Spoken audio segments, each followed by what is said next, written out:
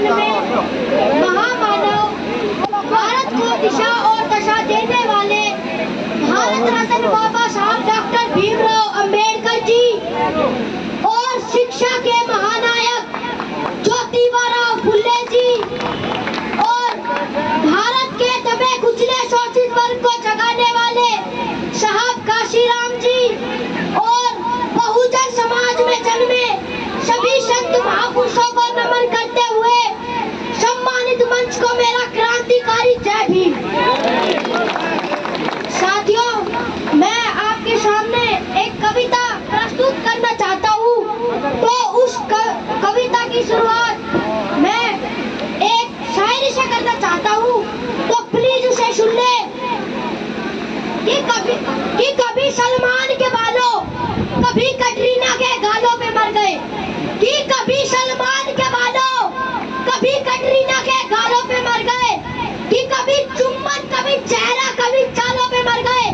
अरे ऊपर बैठकर भगत सिंह भी कहते होंगे, यार सुखदेव राजगुरु हम भी किन इंसानों के लिए मर गए। और हम अपने महापुरुषों को याद तो रखते हैं, पर कैसे रखते हैं। एक पंक्ति में कहना चाहूंगा कि सपनों के झूलों में हम सभी झूल जाते। सपनों के झूलों में हम सभी झूल जाते। अरे वो तो अच्छा हुआ नोट पर छप गए, वरना हम महात्मा गांधी को भी भूल जाते। और साथियों, मैं आजकल अपनी नई पीढ़ी का प्रतिनिधित्व करता हूँ, तो प्लीज उसके लिए 4 लाइनें सुन ले।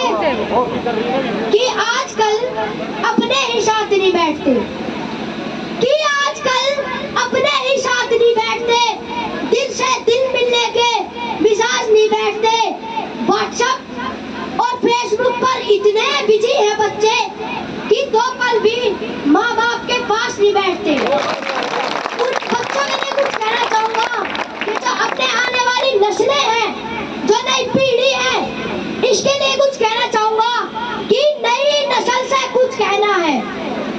कि नई नस्ल से कुछ कहना है, नई नस्ल को कुछ करना है, नई नस्ल में दम भरना है।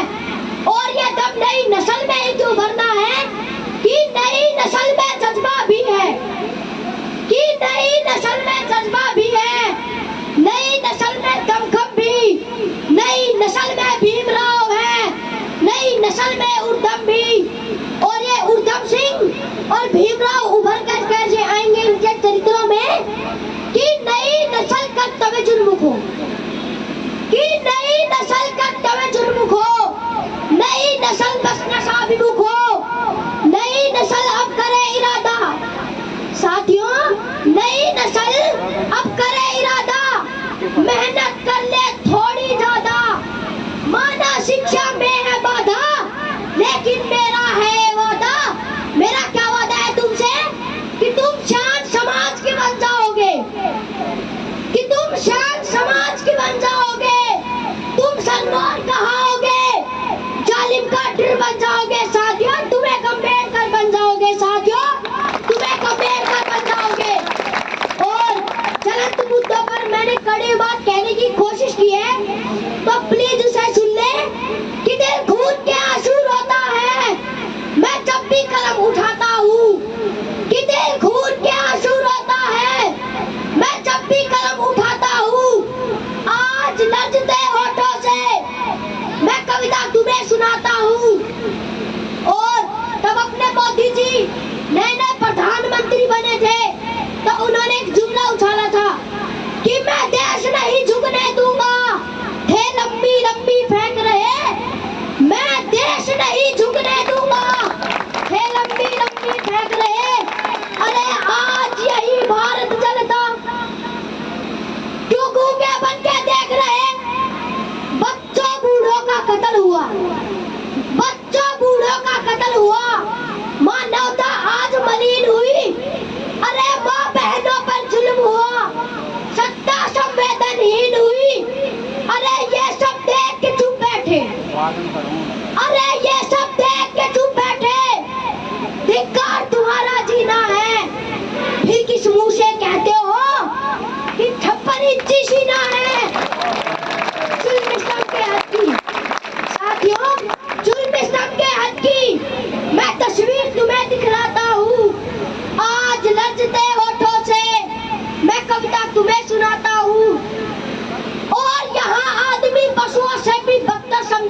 हैं और यहाँ आदमी पशुओं से भी बदतर समझे जाते हैं, इंसानों से घृणा करे और पत्थर पूजे जाते हैं।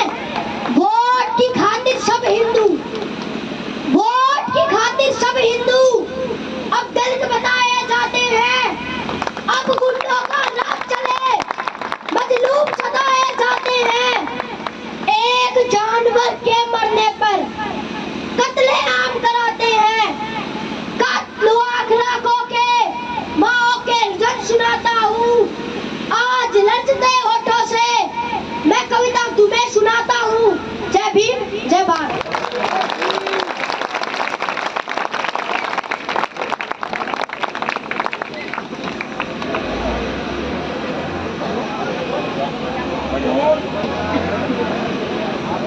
हेलो,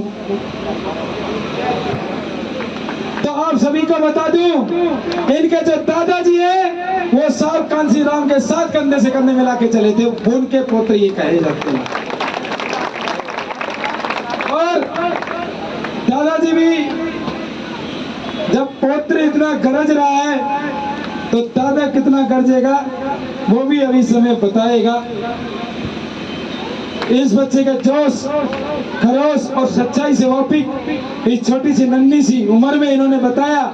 बात प्रधानमंत्री तक की इन्होंने की, बात सिस्टम और दलित और हिंदू की छोटी छोटी बात में इतनी गहराई कह दी कि आप अगर इनकी एक एक शब्दों को ध्यान से सुनते तो पूरे देश के हालात बयां करती, पूरे देश के हालात बयां करती। इसको अपने इस वक्तव्य के लिए बहुत अच्छी प्रस्तुति इन्होंने दी। 251 रुपए भीमसेना कोट का सिमन को इनाम के स्वरूप में उपहार स्वरूप प्रदान करती है। आप ऐसे ही आगे बढ़ते रहे, ऐसे ही विचार। और इन्होंने एक बात कही थी कि मैं अपने छोटे बच्चों का प्रतिनिधित्व भी करता हूं, तो नेतृत्व की झलक भी इस छोटे सी नन्ही जान में दिखी। और इस बच्चे को बाबा साहब अम्बेडकर की जीवनी, बाबा साहब के अंतिम और प्रथम भाषण और 251 रुपए भीमसेना कोट का सिम की तरफ से और हमारे संगठन के पदाधिकारी बड़े भाई इंद्रजीत लेकरा की तरफ से 100 रुपए इनको पारितोषिक के रूप में दिए जाते हैं। बहुत बहुत धन्यवाद। अब मैं आमंत्रित करूंगा सूक्ष्म समय, क्योंकि जब पौत्र इतनी गर्ज दिखा सकता है तो दादा कितना गरजेगा, वो भी उनके दादाजी को बुलाएंगे जो साहब कांसीराम के साथ चले हैं। तो सूक्ष्म समय में